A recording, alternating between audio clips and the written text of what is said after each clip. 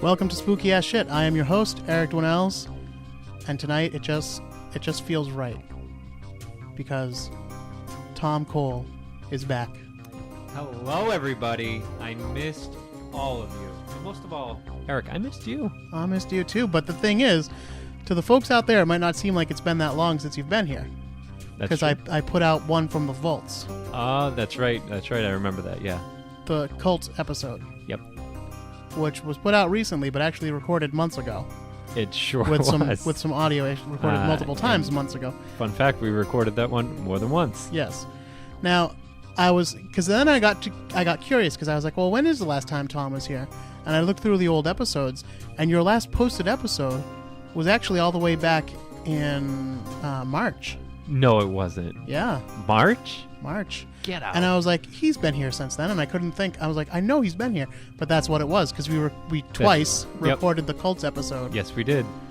And then June, I was completely out of commission. Yeah, and then I was a sickly child in July. Yeah, so now here we are, beginning of August. We're doing it together again. We are doing it, and Eric, it's pretty hot out there. It's August. We got some heat going. It's true.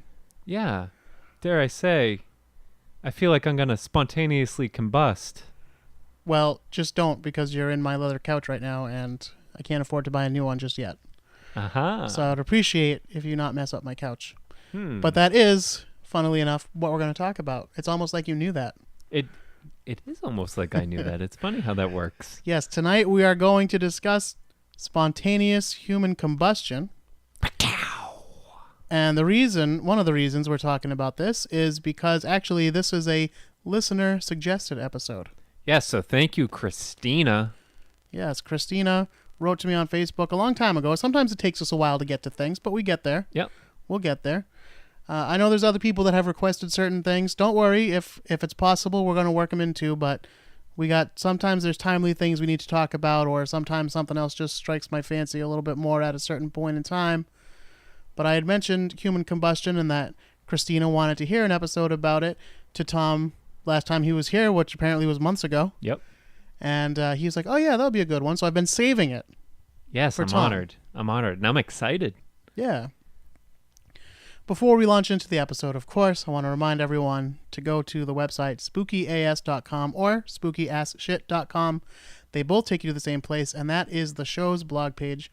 You can listen to this episode, although you're already listening to it. So listen to other episodes, but you can also find pictures from this episode. And these ones, I am going to post some pictures, but I do want to warn you, they're a little bit gruesome. A little bit. Yeah, I think you can handle it, but they are slight nightmare fuel. Yeah. They're not gory in the sense that there's a lot of blood or anything. If you can handle a pile of dust with some limbs next to it, then you'll be okay. But not bloody limbs. No. They look normal. They look just like not a broken attached mannequin or something. They're just not attached to anything. Yeah, they're creepy in that, they're very creepy in that sense, but they're Definitely. not gory horror imagery. Yeah. And you can also find links to all of our social media, which we really, I feel like I say this every time, but we really got to get those numbers up, especially those Twitter numbers. Yeah. I've got to get better at it too. Yeah, so it's not just you listeners, no. It's Eric too. It's But listen, you both need to do it. This is basically a one-man operation. Tom's here, and he, says some mildly amusing things into the microphone, and then he goes home. But then I'm the one who has to edit it, and usually I'm the one who researches. Although I will point out that Tom is one of the few guests who actually sometimes shows up with research in his hand. That's right. Not today, but not sometimes. Today. No, it's in the memory bank today. Good. But he actually does come in with notes, which most people do not. In fact, some people, Brian Tony, doesn't even like to know what the topic's going to be before he walks in the room. That's classic Brian. Yeah. Classic Brian. He's still good, though. He is. Goddamn personality on that guy. So we got to get those numbers up because they're pretty sad right now. Yeah. And I'm telling you, it's not that I feel like I say this on every episode, but I'm just saying, it's not that we have a huge audience, because we're just a little independent podcast produced out of my living room. Right. And I don't pay for advertising or anything else. But considering that, we do have a pretty sizable audience. Oh, absolutely, yeah. For what we are and who we are. But that's not reflected in the Instagram, Twitter, Facebook numbers. It is absolutely not. Yes. So don't be so shy, you guys. Come find us. Yeah, check out the spooky world that Eric is laying out for you. All the pictures, all the fun posts.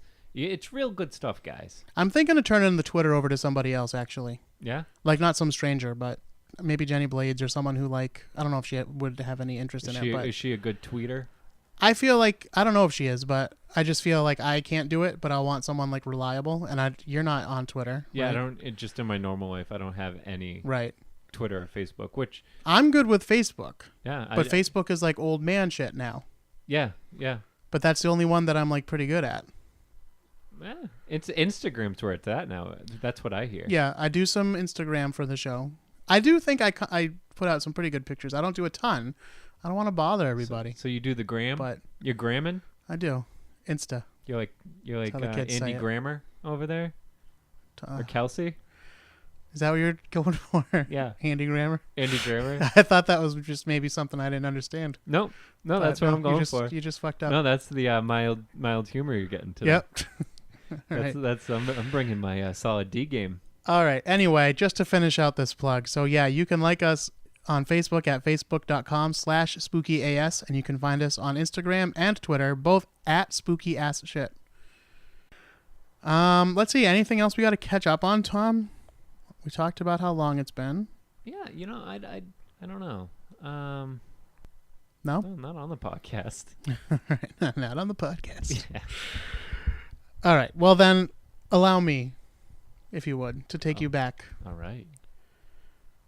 To July 2nd, 1951. It's about 8 a.m. in the morning. Okay. Pansy Carpenter is a landlord. All right.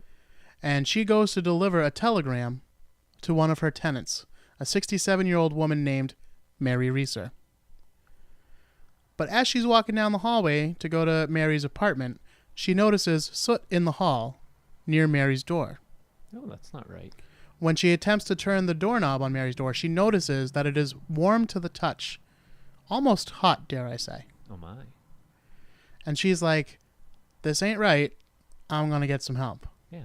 I've heard some conflicting stories about what happened next. Either she goes and finds some painters that were working on the property and asks them to help her look into the room, or she just straight calls the police. So what we're going to say there is yada, yada, yada. Yeah. The police are called eventually. Yeah. The police enter and see the remnants of a fire that seems to have only burned intently in one little spot in the room. Oh, it didn't catch No. everywhere else. Now, they see, like, basically burnt around this little spot, just like some scorch marks and everything, and there's soot on the ceiling and stuff, like where the smoke had gone, and they see, like, a big pile of ash in the middle. Real weird. And sticking out of this ash is a leg, still wearing a slipper. Reeser's remains, which were mostly ash, were found along with the remnants of a burnt-up chair. So she'd been sitting in this chair. Right.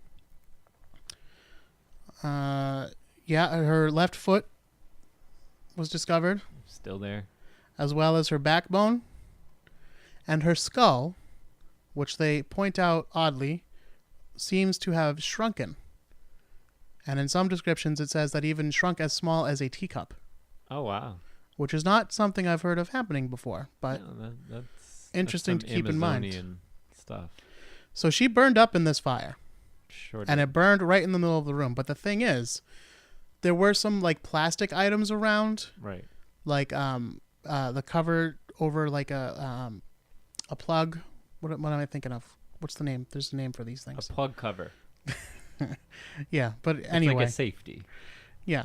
And it was plastic that had melted, and some like other plastic things Mhm. had like melted and warped a little bit, but Sure. it didn't look like anything else. But had, it was contained to one Yeah. very small area. and that stuff hadn't burned. It just got so hot that Yeah, it melted. Right. So it wasn't in the line of fire, but it was near the fire. Right.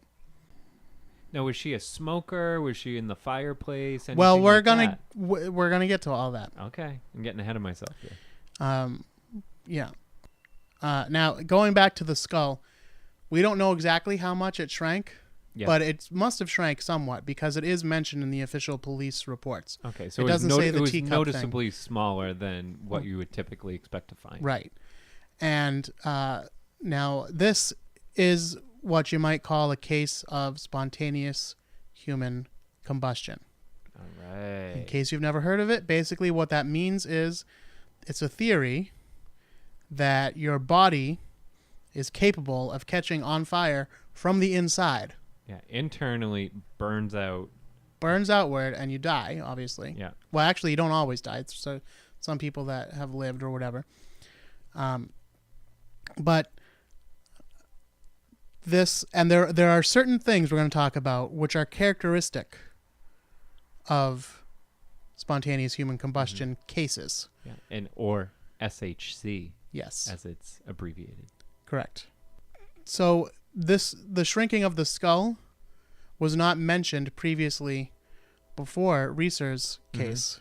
However, anecdotally, it has since popped up in reported cases. Really interesting. So I just find that interesting. It reminds me of alien abduction stories. I can see As that. soon yeah. as one person got anally Of course, probed, yeah. now everybody's getting anally Yeah, probed, well, it's the cool thing. even though that wasn't part of the story before. Yep. That is a fun detail to add in, though. Shrinking of the head. Yeah, I mean, it's weird enough someone would, burst into flames from the inside out, but yeah, not only that, throwing a shrunken head to just for good. yeah. And it really sounds like voodoo shit now. Oh, absolutely. Yeah. But also, it's just another thing where you can say, oh, well, even if you say she dropped her cigarette on herself, yeah. how do you explain her shrunken head? Mm. A fire needs to burn thermite paint, blah, blah, blah, whatever you might say. So obviously, for cremation purposes, and especially to burn bones, a fire has to burn very, very hot. Yeah, I think I read 1,600 degrees Fahrenheit for 2 hours. So that's hot. That's really, Yeah. really hot. But if that's the case, then why didn't the rest of the room catch on fire with that kind of heat, right? Right. On July 7th, 1951, St. Petersburg Police Chief R.J. Reichert sent a box of evidence from the scene to FBI Director J. Edgar Hoover. He included glass fragments found in the ashes, 6 small objects thought to be teeth, that's in quotations, Mm-hmm. and a section of the carpet, and the surviving shoe. Reichert included a note saying, "We request any information or theories that could explain how a human body could be so destroyed and the fire confined to such a small area and so little damage done to the structure of the building and the furniture in the room not even scorched or damaged by smoke." That's really a conundrum. That's a real riddle. It is. We're going to come back to the Reeser case later on. Okay, cool. But right now, I just want to talk more about spontaneous human combustion, SHC, in general. All right. The term refers to all cases of what we talked about before with Sure. people. I mean, it's kind of in the title. You spontaneously combust, But from meaning the you're inside suddenly and without any kind of like a flame being present or anything, you're just suddenly catching on fire. There's no apparent external source of ignition, Mm-hmm. and the fire is believed to start within the body. The idea and the term spontaneous human combustion were first both proposed in 1746 in a book by a guy named... He might have been gay, I don't know. By a gay named. The idea and the term spontaneous human combustion were both first proposed in a 1746 article by a man named Paul Rowley, and it was published in a paper called The Philosophical Transactions.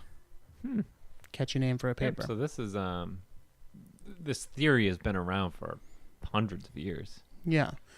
But what's funny is, over the past 300 years or so, Yeah. we only have about 200 documented cases Right. of supposed spontaneous human combustion. That's give or take. Yeah. I mean, what gave it some more traction, too, is I believe Charles Dickens actually wrote it into one of his stories. Was it him? I saw that I didn't go into the Yeah, I believe it was Dickens. I can't remember which story it was, but it was in like the 1860s. I want to say maybe 1863. I could be making this up completely. But he said he personally knew 2 people who spontaneously combusted. I think that's, and actually the article I read kind of called BS on him, but well, writers, but well, something interesting about that is, so in the 1800s, it was like commonly believed that alcoholism was a big part of the cause. Mm-hmm. Oh yeah. Of SHC. Yeah. No, if that was truly the case, that chronic or massive consumption of alcohol would lead to SHC, then you would think that there would be way more cases. Yeah, like colleges. Yeah. All over the place right now. Yep. Spring break. Yep. Which, by the way, you don't hear a lot about young people. No, it's mostly elderly people. So just keep that in mind as we go forward, okay? But here is something interesting from an 1823 book called Medical Jurisprudence. Sounds official. It lists these certain things that recorded cases of spontaneous human combustion all have in common at this point, 1800s. Number 1, the victims are chronic alcoholics. Okay. Number 2, they are usually elderly, and they are usually female. Okay. Number 3, the body has not burned spontaneously, but some lighted substance has come into contact with it. Well, that's interesting, because then it's not so much spontaneous human combustion. But that's something else causing a fire on a person. I do like that they're using some critical thinking, though. Okay, we'll come back to that. It's the 1820s. Yeah. The hands, number 4, the hands and the feet usually fall off. Yep, that checks out. Number 5, the fire has caused very little damage to combustible things in contact with the body. Number 6, the combustion of the body has left a residue of greasy and fetid ashes and a very offensive odor. Yeah. A burnt body would do that. Well, here's the thing. I don't have much experience with spontaneous human combustion. It hasn't happened to me, thankfully. I haven't seen it happen to anybody. Yeah. I do, however, have some experience with self-immolation, which means setting yourself on fire. Yeah. I have done that before by accident. Yeah, and I worked in an operating room, and like they use the little pen things that superheat parts of the body, and they cut through, they cauterize all that. So I know what the smell of burning fat is. It's not burning pleasant. Flesh. It is awful. Yeah, it happened to me. I was in a show. Yeah. And it was set in like it was a carnival type thing, right? So there was tents all around, whatever.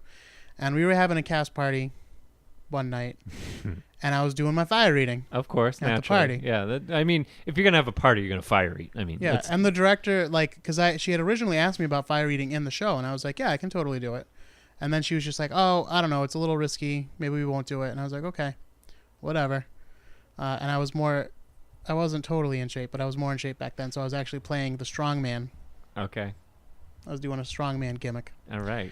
And but then she saw me doing the fire eating at the party, literally in her living room, and she was like, that actually seems pretty safe. And I was like, yeah, it is. I mean, it's fire, so there's always like some element, but you know. And she was like, all right, you can do it in the show. And I was like, all right. So she was fine with it. Cast was fine with it. The stage manager, on the other hand, not so cool. She was like, we're surrounded by fabric. You're in a tent. Like, what? That's a fair point. And I was like, yeah, no, but it's safe. And I was like, look, I'll show you. So I was doing a safety demonstration. And I was doing I was doing. The thing about fire eating is like it's not a trick. It's actually you actually are putting fire into your mouth and extinguishing the flame with your mouth or your hand or whatever you're doing. We call it whatever the trick is, but there's no trick. It's literally what it looks like. It is real fire. There's no fake fire or whatever. Mm-hmm. It's really what's happening. But it can go wrong, and usually in my case, what I've noticed is when it does go wrong, I've never had a problem putting it in my mouth. Yeah. But where it's been a problem is when I try to extinguish the flame with my hands. Now, 99% of the time, it goes fine. Sure. But every once in a while, I'm not careful enough for one reason or another. In this case in particular, I think I had a little too much lighter fluid on my torch. Mm-hmm. So then when I put it in my hand, the fluid dripped down. And once it hit the air, it ignited again. Yeah. So then that stayed on my hand. And I was wearing like a sleeve tattoo kind of thing, so that kind of caught on fire too. So then I was burning, it was burning, and I had a towel nearby, so I wrapped the towel around. Right. I was okay, but I did burn the shit out of my hand. And then it smelled pretty bad because now my arm hair had burnt and my skin. Oh, yeah. And the director came in and she's like, "What is that smell?" And I was like, "Oh, it's just me roasting. Don't worry."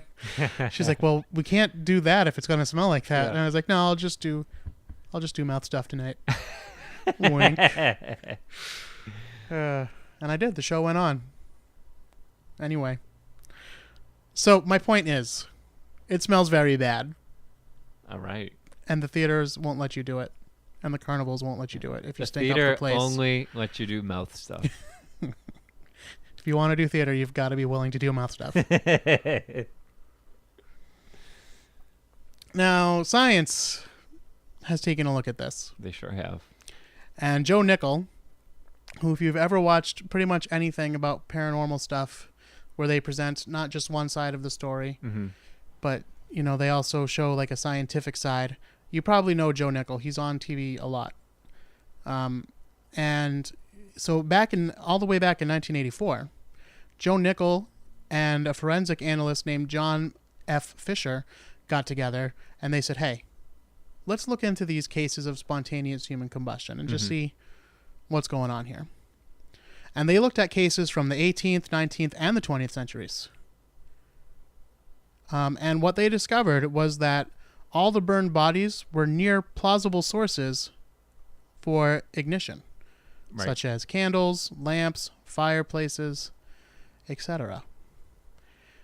But they also found that these fires that were pre-existing were hardly ever mentioned in the source materials, like the newspaper articles or whatever that were written. Of course, this would be to give it more mystery than it really had. It's like, oh, this guy burns up. How could he do it? Well, he was sitting right next to an open fireplace, so we might have part of the answer. Yeah. Or like this was back in the olden times when they were using oil lanterns. Sure. And that there was a broken one discovered near them, or whatever. But these little details were left out. Yep. Of the newspaper reports. There is also a correlation between the human combustion deaths and the person being intoxicated or elderly, mm-hmm. or in some other way hampered. Yeah, so that 1820 study actually, it wasn't far off. Yeah. Yeah. But this in theory would cause them to be either careless or perhaps simply unable to respond to a fire accident properly. Absolutely. So, I mean, the 1820 study was onto something, noticing the fact that there was a relationship there, but this actually took a step back and said, well, if someone is drunk, it's not just because they're alcoholics. No, it's what, it could be that. What characteristics do alcoholics, when they're drunk, or anyone who is drunk at all, what's their mindset? Right. And how could that lead to them lighting on fire? And a step further, too, in being like, oh, maybe it's an elderly person who, if they do catch on fire, they don't stop, drop, and roll with enough, veracity. Oomph. Yeah. Or, maybe it's someone who is developmentally challenged, mm-hmm. and they are not able to, recognize the danger or respond properly. Sure. In fact, going back to me setting myself on fire, it was, it kind of takes some getting used to realize that if you do set your hand on fire, in those cases, what you want to do is, hopefully you have a towel or something handy, which I always do when I do my fire shows, and you wrap up the body part and then you pull it in close to you and kind of smother it. Mm-hmm. And if you're lucky, like me, you got a big gut, you can do that.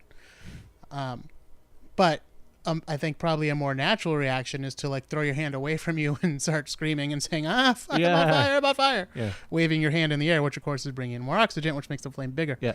So it is a little counterintuitive. It's actually the same thing with putting it in your mouth. When you put it in your mouth, it's very safe because there's no oxygen once you close those lips, and the flame is going to go out. Sure. But when you're holding fire up to your face and thinking about putting it in your mouth, you do tend to hesitate for a minute and think, wait, I'm going to do what? Right. Till you get used to it. So in some cases, the cases that we know about that are more extreme, the body is like completely gone except for maybe a couple limbs here and there. Right. But there are cases where the body is not particularly damaged.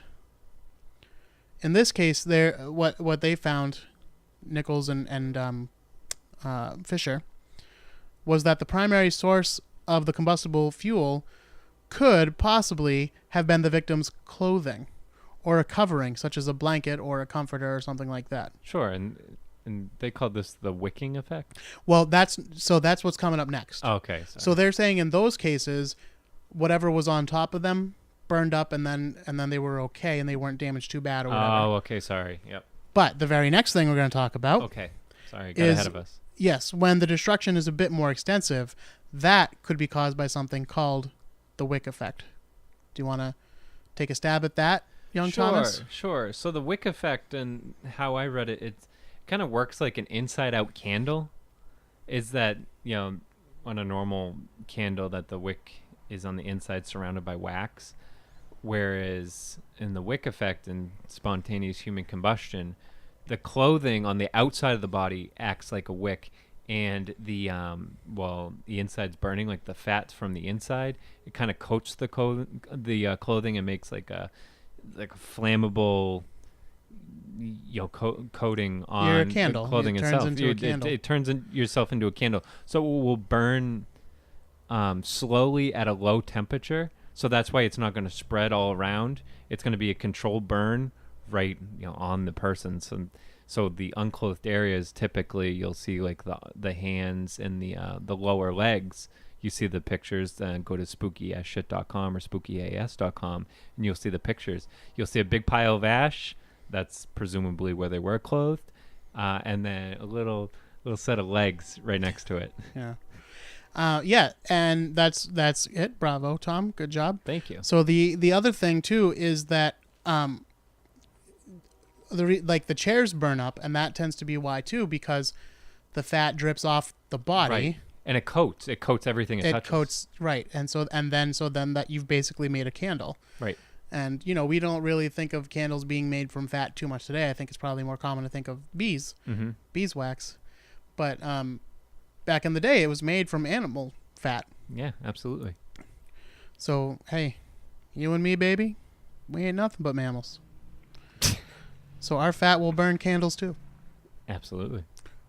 Yeah, and so as Tom was saying, that's part of the reason why the fire doesn't spread all around. There is heat, and it is intense in the sense that it burns for a long time. Yep. But it doesn't get like super, super, super crazy hot all over, that so much so that it would cause other things to ignite or whatever. Right, absolutely. Also, the thing to keep in mind is that fire burns upwards. Mm-hmm. That's why if you're eating fire, you put your head back. You don't take it straight. Don't take it straight into your mouth. Absolutely. You got to tilt your head back. That's right. And go down, and the flame will go up. Because if you go straight, you could burn your nose. Or your lip. More We're learning something today. Yeah. Or set your beard on fire if you have one. Yeah, details. Which won't smell good, as we talked about. So fire burns up, which is also another reason why possibly you find a lot of legs left over. Mm-hmm. Because if someone's sitting in the chair and the fire starts on their midsection, then the legs are just going to fall over once the body is gone. But right. it still could be there. head and arms will catch. So at the end of their research, Nickel and Fisher cautioned against coming up with a single simplistic explanation for all unusual burning deaths. So don't just see an unusual burning death and say, well, clearly what happened is a fire started in their belly, inside their belly, and worked its way out and burned their clothes and their chair, but it didn't burn anything else because then they just burnt up. So that's spontaneous human combustion. No, just look at everything on an individual basis. And if it's possible that they're next to a fireplace or they have a cigarette in their hand or something, it's likely.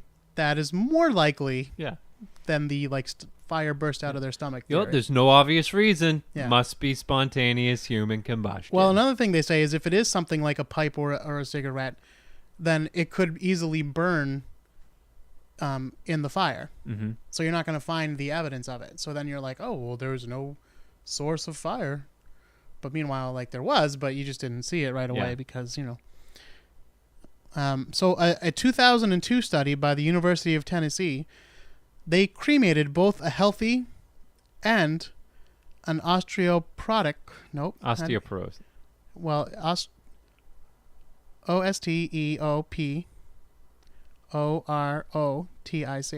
Osteoporotic. Okay. So in a 2002 study by the University of Tennessee, they cremated both a healthy and an osteoporotic. Yes, sample of human bones, and they. Yeah. So this is a person who they're suffering from osteoporosis. Their bone density is not as healthy or as they're not as healthy as a normal person. Brittle bones syndrome. And that usually happens in seniors. Old ladies. Yeah. So they burned these bones and compared the resulting color changes and fragmentation. Mm-hmm. The study found that the osteoporotic. Help me, Tom. The osteoporotic bone samples consistently displayed more discoloration and a greater degree of fragmentation than the healthy ones. Yeah, and they also burn at a lower temperature too. And because they burn at a lower temperature, that makes the flames less likely to spread. Right. From the burning tissue. Right. So there are some natural explanations. There's not really a paranormal. Most people aren't saying oh, the devil did it or something like that. Right. There might be some people. Right. But for the most part, they're just saying no, there's something in the stomach that causes this to happen. And we'll kind of get to a couple of those theories. But most people are looking for natural explanations. Sure. And here's some of the things that they've come up with so far. Almost all cases of spontaneous human combustion involve people with low mobility due to advanced age or obesity or some kind of poor health or disability, something like that. Victims show a high likelihood of having died in their sleep or possibly being unable to move or respond appropriately when they do catch on fire, as we talked about. But it is possible that they died prior to catching on fire. Right. So maybe the old man died sitting next to his fire. He had a heart attack or whatever else, and the fire was going longer than it would have normally because he would have put it out before he went to bed. And then a spark jumps out, and that's what happens. Cigarettes are often said to be the source of the fire, as the improper disposal of smoking materials causes 1 of every 4 fire deaths in the United States. So again, someone could die. They have a cigarette in their hand or in their mouth. It falls down. Yep. Burn up. Burns up the clothes. We talked about the wicking effect. That's the human candle idea. Sure. So once you get fire or heat, your body actually can open up. The skin can split, and it releases subcutaneous fat, which is then in turn absorbed into the burned clothing, acting like a wick. This combustion can occur for as long as the fuel is available. This hypothesis has been successfully tested with animal tissue. It was a pig. Yep, they did it on a pig, and the pig, their fat type is very similar to that of a human. Yep. And it turned out that what they saw when they did that with the pig tissue is pretty much exactly what you see with spontaneous human combustion. Right. So the wick theory definitely seems to be colding water. The human body typically has enough stored fat and other chemicals To fully combust the body, even lean people have several pounds of fat in their tissues. Sure. And this fat, once heated by the burning clothes, wicks into the clothing. We already talked about that. The protein in your body can also burn, but it provides less energy than fat, with the water in the body being the main impediment to combustion. However, slow combustion, lasting hours, gives the water time to evaporate slowly. In an enclosed area, such as a house, this moisture will recondense nearby, such as on windows, and perhaps even on the walls. It can even carry the fat over. That could explain the greasy residue found on the homes. Sure, that makes sense. And we've also mentioned that that you see a lot of feet and hands left over sometimes. Definitely, we mentioned that. Well, one of the reasons for this is that there's not much fat on your feet or on your hands. That's true. So that's another reason why they typically don't burn. Hands have a little fat, but if they're gone, it's more likely that they were near the abdomen or perhaps resting on the abdomen when the person caught on fire. It has been suggested that ball lightning could account for spontaneous human combustion. Ball lightning is the idea that a ball of lightning comes in during a storm and strikes you. Oh, interesting. Ball lightning has not actually been proven to be a thing. Okay. I've never heard of it. But people have talked about it for a long time, and it's related to some things like maybe St. Elmo's fire, and certain other things like that. But it's not officially recognized. Could be a real thing though. But now, did it just happen to come in through your window and cause you to catch on fire? Yeah. There'd probably be more of an explosion kind of thing going on if that was the case, but I don't know. There's also a guy named Brian J. Ford, and he suggests that a form of ketosis, possibly caused by alcoholism or a low-carb diet, can produce acetone, which is highly flammable.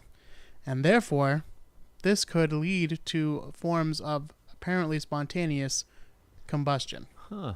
Interesting. Yeah. So I don't think that's the case because... eat all the brownies and cookies and bread as you can. Yeah, I'm keeping very safe. Yeah, absolutely. You got to make sure safety first. Yeah. But they also say that it's possible that in some of these cases, this spontaneous human combustion is actually being misidentified, and it was actually a form of suicide. Huh. These people, in fact, did self-immolate, set themselves on fire. Right, yeah. As their suicide. Yeah. There was a monk who did that famously. That's a really crappy way to commit suicide. It's usually more of a statement. Oh, like there was a come monk. On, yeah, of course, yeah. There was a monk who did it. There's a very famous picture of him like sitting very peacefully, but he's on fire. Oh, I've seen the picture. Yeah, I've seen that picture. Yeah. Now there are also some kind of wilder hypotheses, still sort of pseudoscience-y, but here they are. One popular idea, if you want to go with that, the fire actually comes from inside the stomach. Sure.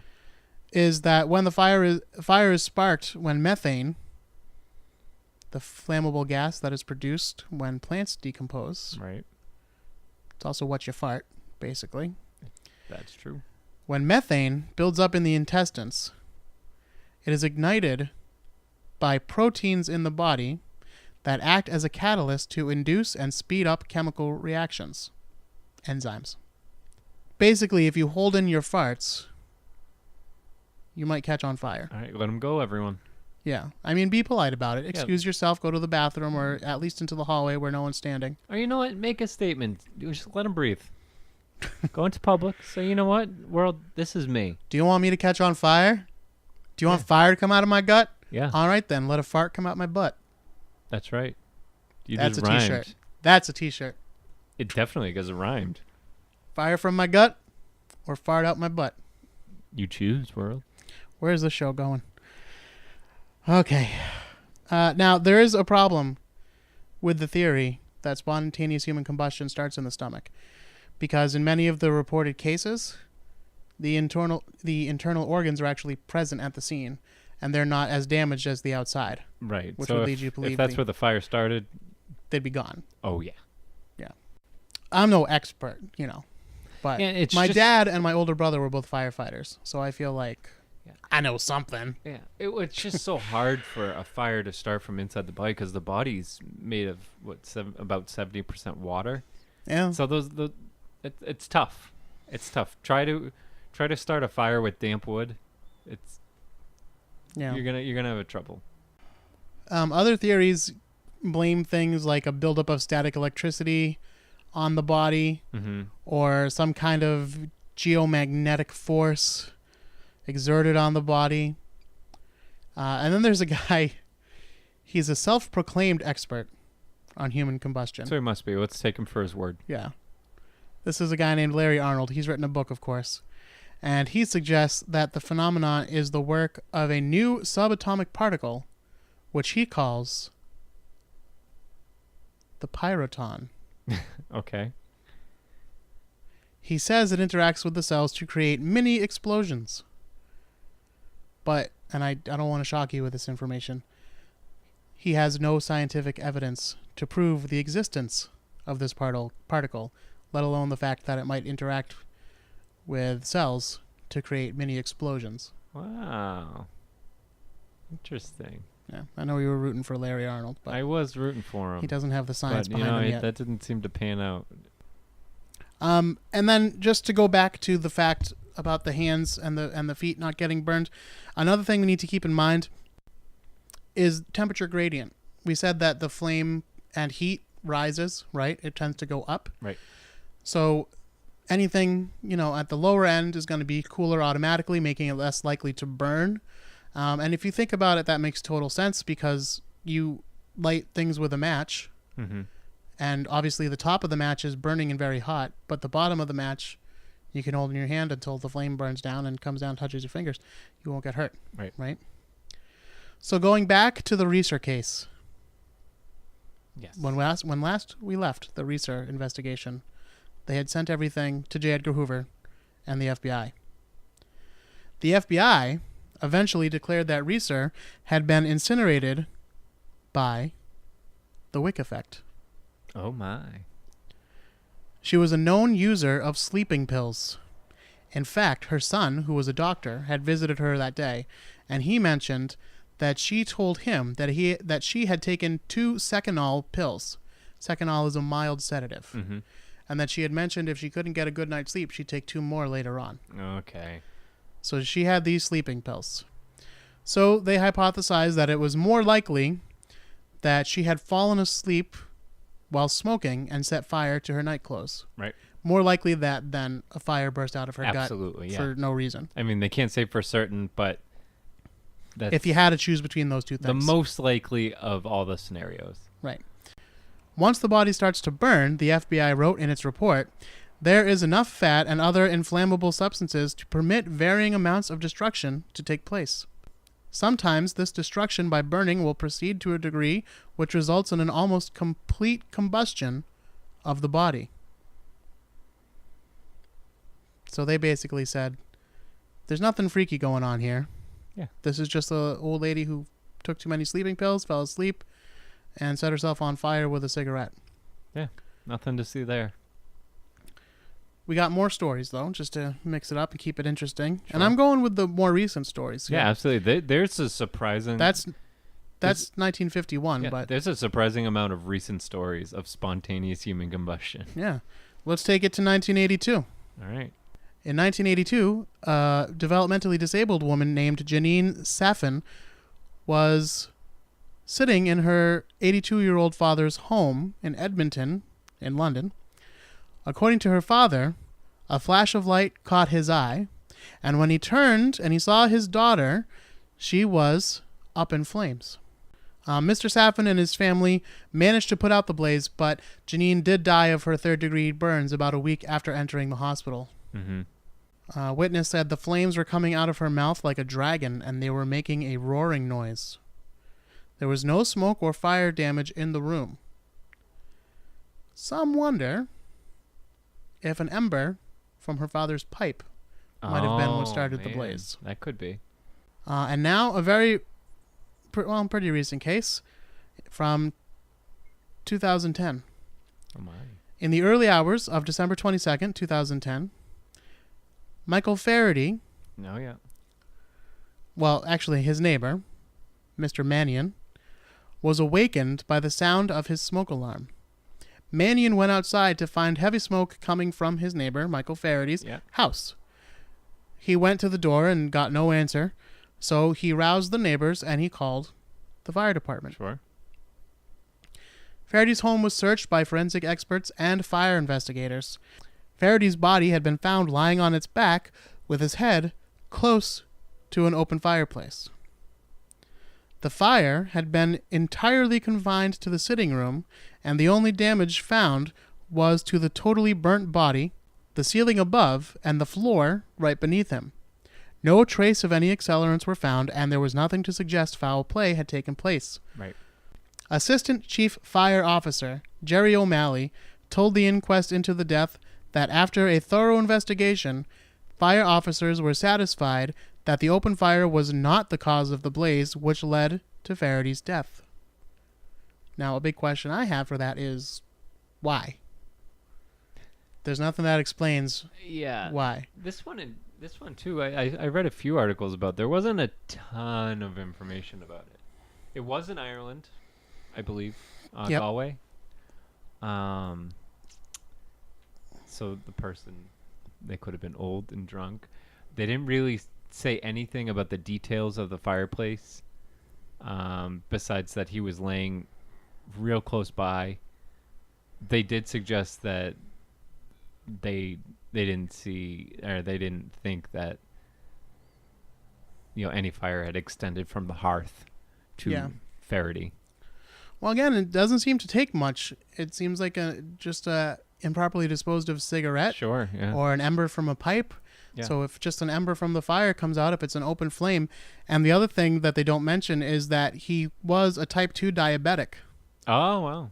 And he also had hypertension.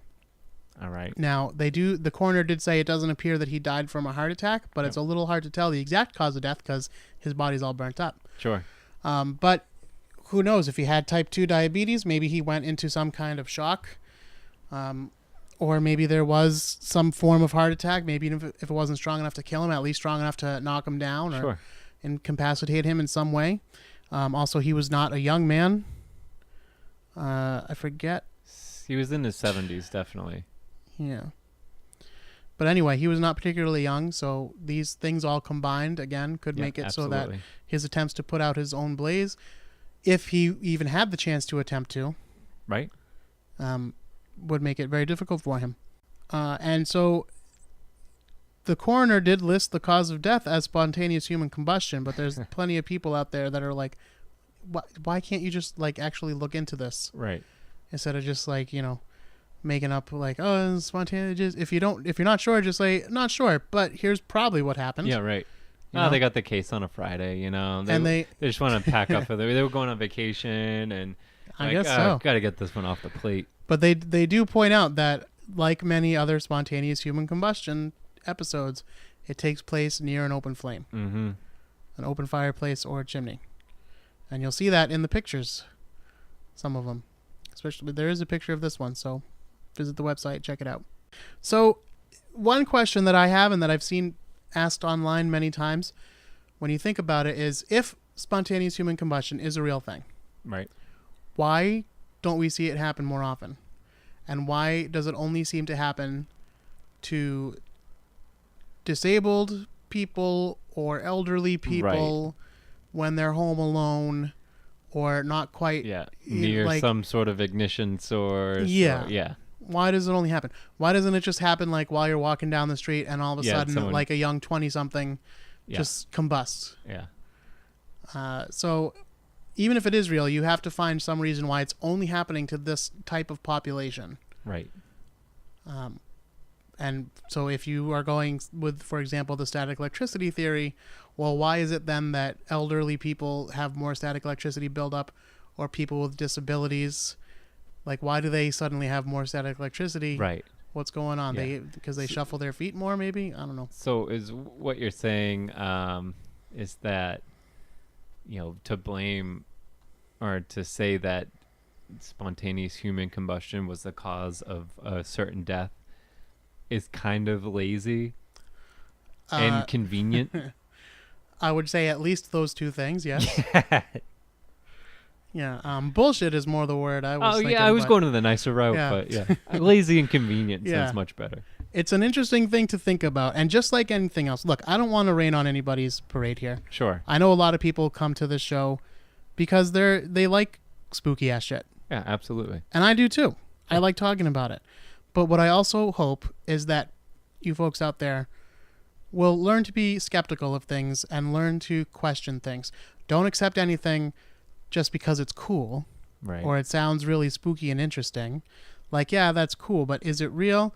Let's look into it a little bit. Right. That's all I'm saying. Ask questions. I'm not even saying take my word as gospel. Sure. Investigate for yourselves. But when you do, just be sure you're really asking the questions. Like, I don't necessarily believe in ghosts, but if you want to talk to me about ghosts, okay, let's have a conversation about it. But what are you claiming? What exactly are you claiming? Right. Same with aliens. Okay, you think aliens are out there, but what does that mean? Right. What's an alien? How do you think they get here? What is your claim? And then once you have those, then you can start looking into them. And by the way, if you're someone who has these beliefs, and just because someone asks you a question that you can't answer, or maybe they have a little bit more knowledge than you and they're able to tell you, well, no, actually that couldn't be the way it is because, blah, blah, blah, blah, blah, blah, blah, blah, blah. Right. You don't have to automatically take that as, well, then that means there are no aliens because this guy just shot me down. Do some more research, You just have say, some more critical thought. Yeah, okay, I didn't think of it that way, but that's good. I guess that's probably true. That couldn't be true. Let me look into this, and then maybe you'll find another reason why. That's the scientific method. Well, the back and forth is the fun part. I mean, that leads to more information back and forth, more discovery. People wanting to look into finding more answers. Yeah, don't be afraid to be wrong. That's I guess what I'm saying. Like, absolutely. But be willing to admit when you're wrong. Right. Don't just keep going with something because you really want to believe. I want to believe in ghosts. That would be awesome. If I could be a ghost, I would be one. Someday. Not like right this minute, but I'm saying when I die. If that's like an option that you can check, yeah, I'm checking it. You'll all know, because it'll be like Tupac. There'll be more spooky ass shit episodes, and then I'll get some Twitter followers. Yeah. In fact, I am dead. Actually, everybody, I died months ago. Yep. And this is a phantom recording. I am the ghost of Eric Dwinnells. Oh my! How creepy. Tom will go and he'll look up my window and see me standing here and then just fade away. Oh. We look in a mirror together. I just see myself. Yeah, well, if I was a vampire. Dude, you can't see ghosts in a mirror. I don't know. Is that a thing? I don't know. Is that the people write in? Can you see a ghost in a mirror? I don't know. That's a good question. Yeah, we have some homework. All right, friends. Listen, I'm going to remind you one more time. Check out the website, spookyas.com. Like us on Facebook at facebook.com/spookyas. And please share the show. It's the only way we get new listeners, when you guys take the initiative and help us out along those lines. And other things that help us out are if you could write a review on Stitcher or iTunes or iHeartRadio or YouTube or wherever else you might be listening. Yes. With the exception of iHeartRadio, which I think they do have a rating system. I'm not positive, but the rest of them definitely do. And you can find ways to write a review and give us all the stars, which we so richly deserve. Mildly entertaining. We've told you before. We're telling you again. Yep. So, Tom, thanks for coming back. Eric, thanks for having me. It was a lot of fun. Yeah, we'll have to keep it more regular like we did before. Yeah, now that, I think next time you should pick the subject. I could do that. And not even, necessarily... You could tell me if you want, I guess, but... So you could be like your typical guest who shows up. You could Brian Tomey it. Yeah, but Brian Tony is really good. Excuse me. Yeah, he's really good at He's such a goddamn conversationalist. He is. He's so good at it. He always sounds like he knows what he's talking about, even if he doesn't. And I don't mean he's bullshitting. No, he's real good. And he's got a real good voice, too. He does. Oh, God, I hate him. This should be his show. Yeah, can we kick Eric off and could this be Brian's show? Brian and Tom would be a good show. Yeah. Yeah, can we just do a Brian and Tom show and you can watch? Oh, brother. Yeah, but sometimes there's people who come in and they don't really say much. They just kind of make noises the whole time. But to me, I just like having someone to bounce off of. Like, course, even if it's not like really adding to the show in that sense that like they're saying something really funny or coming up with a really good point. Although most of the time people do. But Yeah. I have had the occasional guest where it's a lot of, oh, wow. But for example, Fatima was on an episode. She's a great guest. She is. No, in general, Excellent, she is, yeah. yes. But she was on it, and she knows this, too, because we talked about it. I think I mentioned it on the show, actually. We did an episode about a serial killer, the Sacramento vampire, and his story was rough. It was a pretty gruesome story. And she basically just said, oh, wow, oh, God, oh, no, like the whole episode. But that's kind of good because you get someone who really yeah. Well, I was talking to super okay with that sort of stuff. So you get like a real person's Right, reaction, which whereas was what- like you or me, it's like, all right, Yeah, and I that's- find that interesting. yeah. Well, what's funny about baby murder is Yeah, and we'll find something stupid to say about it. yeah, no, but it was funny because after that episode, someone came to me and they're like, "Oh, I really liked it when she was on because I was reacting the exact same. Like I said, right. oh God, the exact time she said, oh God." Yeah, And I was like, okay, all right, so good. so that worked out. Yeah, Well, you get all. I think that episode was just a little bit heavy for her. She's well, more, that's a she's heavy. more That's a lighthearted heavy than- topic than in that. general. yeah. Well, every once in a while, We got. you never know. We did an episode about Punky Brewster a couple weeks ago. I saw. Yeah. It's a good episode though, Yeah. but it is kind of a silly one, obviously. Well, you got to have a balance between the silly Yeah. and then the super serious and We're then all over everything the in place between. here. Yeah. We're giving you everything spooky. Yes. It's different levels, but it's all spooky ass shit. Yes. In the early days, I was talking about doing a rating system so that people would know, like, hey, this is going to be How a... spooky is this? Yeah, this is a 1 on the spooky zone, so it's, just mildly... Spookometer? It's like yeah. But this is a 5, so you got to be careful here. Yep. You're in the combat zone now. But anyway, my point is, it's nice to have you back. Oh, thank you for having me. And thank you, Tom. And hopefully you'll be back in a week or two. Absolutely. And you'll come with a subject. Yes, I'll have to think of one. Yeah, look over the old episodes. Make sure you don't pick one. Okay. Although if you pick one, I already call Shadow People. Yeah. Still the most popular episode, by the way. Woo! Most downloaded episode. All right. Even though it's very old by now. Yeah, that was one of your like a first good one. 10, right? It's a good Or one, First yeah. 15. It was the first full episode. Was it? Yeah. Oh man, Jesus. Yep. All right then. That's it for now. Don't combust. Just be careful. What was that saying? From the gut. Oh yeah. What do you want?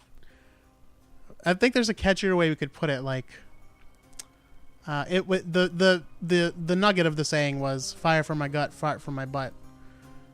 But so there's a way to say that. Like, would you prefer fire from my gut, or it probably has to? But see, Look, do you want a fire in my gut or a fart from my butt? yeah. But see, fire from my butt is funnier, but the fire from the gut is more like deadly. So which one should go Yeah. second? But fart from my butt. We're gonna talk about this, but Yeah. we're gonna let the rest of you go. All right. So we'll think about this till next time. You think about this till next time, and until that time, don't hold in all your farts, and don't be afraid. I don't know. I mean, comedically, farts from my butt you want to go second, but farts from but the danger is in the farts from the gut.